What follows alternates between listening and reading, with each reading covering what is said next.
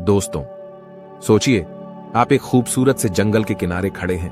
पेड़ सूरज से चमक रहे हैं, दूर से चिड़ियां चहचहा रही हैं। जैसे कि आप प्रकृति की सुंदरता का आनंद ले रहे हैं। शांति का भाव आपके ऊपर छा रहा है। आप अपनी आंखें बंद कर लेते हैं और ताजी हवा में सांस लेते हैं। हवा का एक झोंका महसूस करते हैं। लेकिन फिर आप अपनी आंखें खोलते हैं और हकीकत सामने आ जाती है। आप अपनी रोजमर्रा की जिंदगी में वापस आ जाते हैं, तनाव और चिंताओं से घिरे हुए। खुशी का भाव जल्दी ही फीका पड़ जाता है। उसकी जगह जंगल में उस पल की लालसा ले लेती है।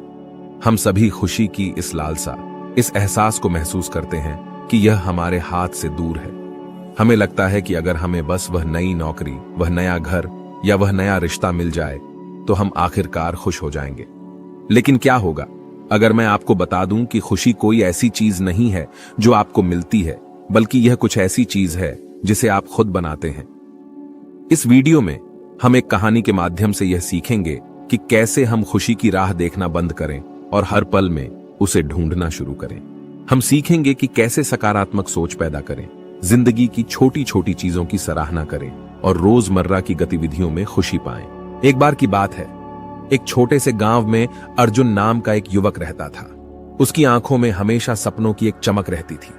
वो एक साधारण किसान परिवार का बेटा था, लेकिन उसके मन में बड़े बड़े सपने पल रहे थे।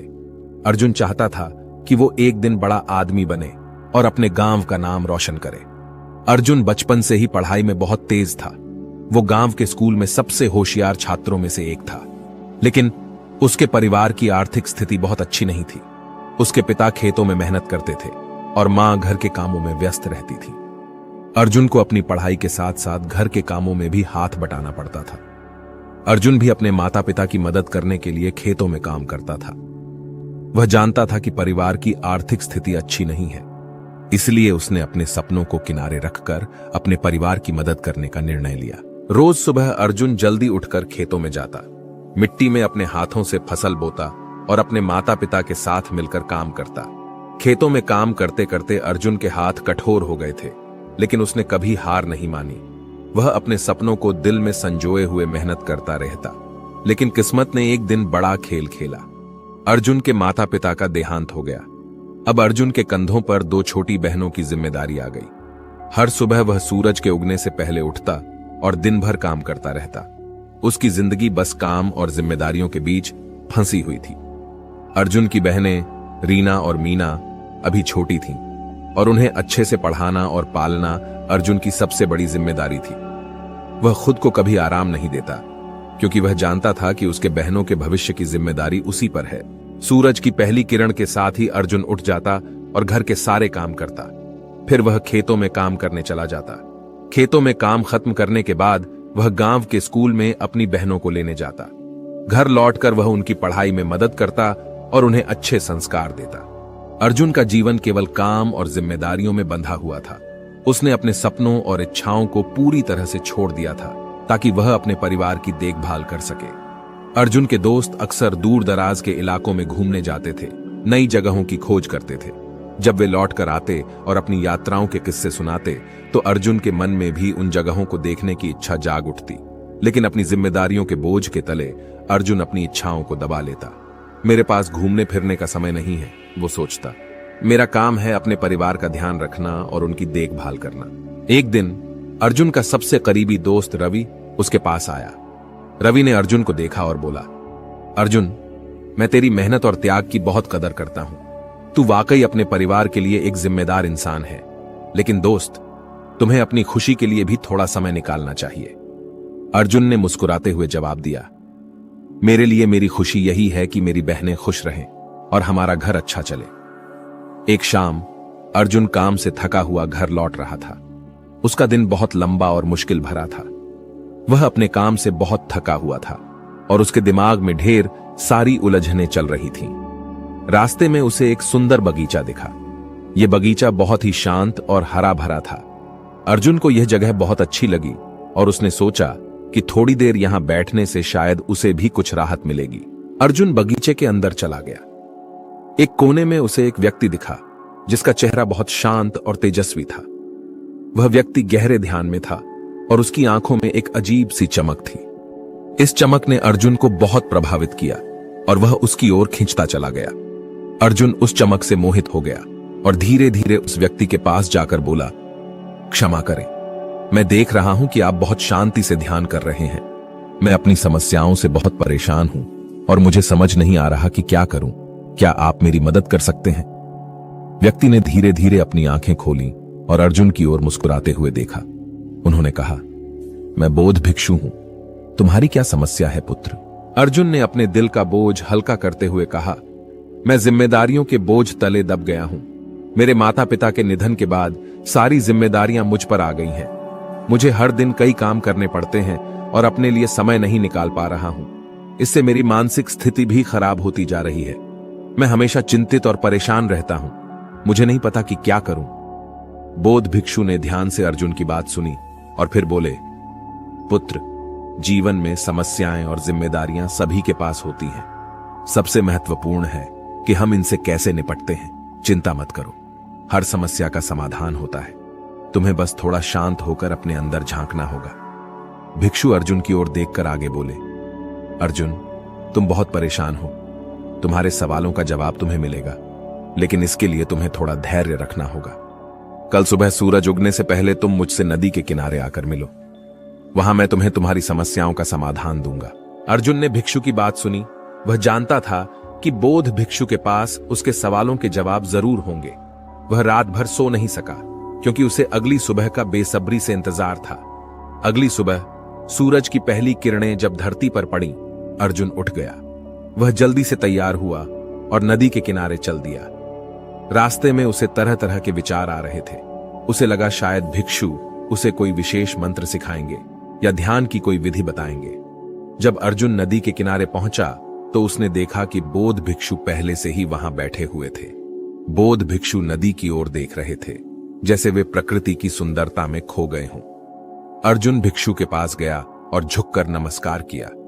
भिक्षु ने मुस्कुराकर कहा, अर्जुन, तुम्हारी समस्याओं का समाधान बहुत ही सरल है, पर इससे पहले हमें इस नदी के उस पार पहुंचना होगा। अर्जुन ने नदी की देखा। नदी बहुत विशाल थी। नदी का पानी तेज गति से बह रहा था। अर्जुन डर गए और बोध भिक्षु से पूछा, भिक्षु जी, हम इस नदी को कैसे पार करेंगे? बोध भिक्षु मुस्कुराए और बोले, अर्जुन, चिंता मत करो, हम इस नदी को अवश्य पार करेंगे। यह सुनकर अर्जुन को थोड़ी राहत मिली, लेकिन उसके मन में अभी भी संदेह था। बोध भिक्षु ने आगे कहा, लेकिन हम इस नदी को पैदल पार करेंगे। अर्जुन हैरान रह गए और बोला, लेकिन भिक्षु जी, पैदल पार कैसे करेंगे? बोध भिक्षु ने धीरे से कहा, अर्जुन, धैर्य रखो। जब इस नदी का सारा पानी सूख जाएगा और नदी का तल दिखाई देने लगेगा, तब हम इस नदी को पार करेंगे। यह सुनकर अर्जुन के चेहरे पर आश्चर्य के भाव आ गए। उसे अपने कानों पर विश्वास ही नहीं हुआ। अर्जुन ने कहा, भिक्षु जी, आप क्या कह रहे हैं? यह तो असंभव है। इतनी बड़ी नदी का पानी भला कैसे सूख सकता है? हम अगर इस विशाल नदी के सूखने का इंतजार करेंगे तो हमेशा के लिए हम इंतजार ही करते रहेंगे। ऐसा कभी नहीं होगा।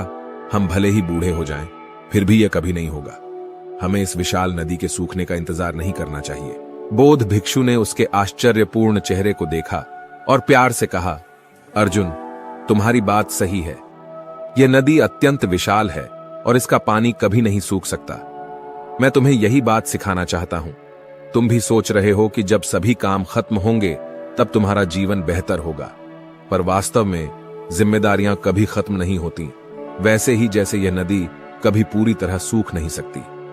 अर्जुन को अब महसूस हुआ कि जिंदगी हमेशा व्यस्त रहेगी। उसने सोचा, मैं हमेशा सोचता हूं कि जब मेरे सारे काम खत्म हो जाएंगे तब मैं आराम करूंगा, लेकिन ऐसा कभी नहीं होगा।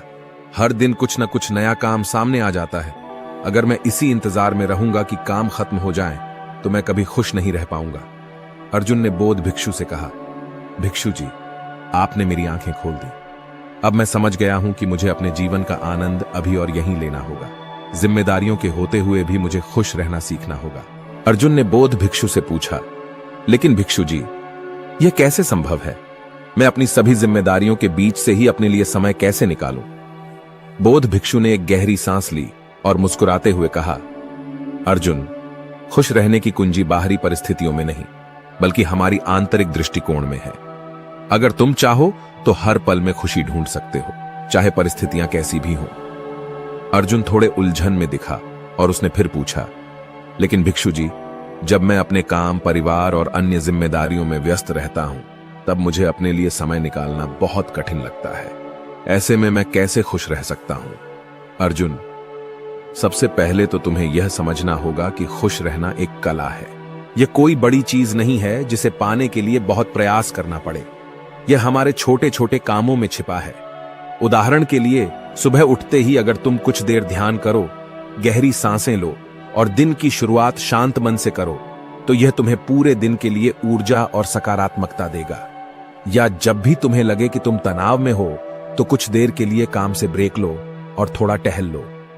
या तुम अपने दिनचर्या में छोटे छोटे बदलाव कर सकते हो, जैसे कि हर घंटे में कुछ मिनट अपने लिए निकालो, अपनी आंखें बंद करो और गहरी सांसें लो। बोध भिक्षु ने आगे अर्जुन से कहा, अर्जुन, यही तो जीवन का सार है। हमें हर दिन का आनंद लेना चाहिए। अगर हम हमेशा भविष्य की चिंता करेंगे तो वर्तमान का सुख खो देंगे। जिम्मेदारियां तो जीवन का हिस्सा हैं, लेकिन हमें अपने लिए भी समय निकालना चाहिए। अर्जुन ने मुस्कुराते हुए कहा, आप सही कह रहे हैं भिक्षु जी। अब से मैं हर दिन थोड़ा समय अपने लिए निकालूंगा, चाहे कितनी भी व्यस्तता हो। मुझे पता है कि यह आसान नहीं होगा, लेकिन मैं कोशिश करूंगा।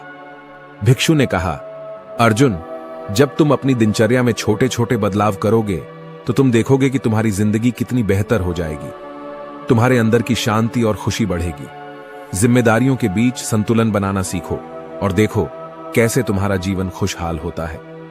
अर्जुन ने भिक्षु जी के पैर छूकर कहा, धन्यवाद भिक्षु जी, आपकी सीख मेरे जीवन के लिए अमूल्य है। अब मैं हर दिन का आनंद लेने की कोशिश करूंगा और अपनी जिम्मेदारियों के बीच भी खुश रहना सीखूंगा। अर्जुन ने अपने परिवार के साथ भी समय बिताने का निर्णय लिया। उसने सोचा, परिवार के साथ समय बिताना बहुत जरूरी है। इससे मुझे खुशी मिलेगी और मेरे रिश्ते भी मजबूत होंगे। उसने सोचा, मुझे अपने काम को भी सही ढंग से बांटना होगा, ताकि मैं हर काम को समय पर पूरा कर सकूं और मेरे पास खुद के लिए भी समय बचे। तो दोस्तों, ये कहानी यहीं पे खत्म होती है। अगर आपको ये कहानी अच्छी लगी तो इसे लाइक जरूर करें और अपने दोस्तों के साथ शेयर करें। अगर आप ऐसी ही और कहानियां सुनना चाहते हैं तो मेरे चैनल को सब्सक्राइब करें और बेल आइकन को जरूर दबाएं, ताकि आपको मेरे नए वीडियो की नोटिफिकेशन मिल सके। आप कमेंट्स में भी बता सकते हैं कि आप आगे किस तरह की कहानियां सुनना पसंद करेंगे। तो फिर मिलते हैं अगली कहानी में। नमो बुद्धाय।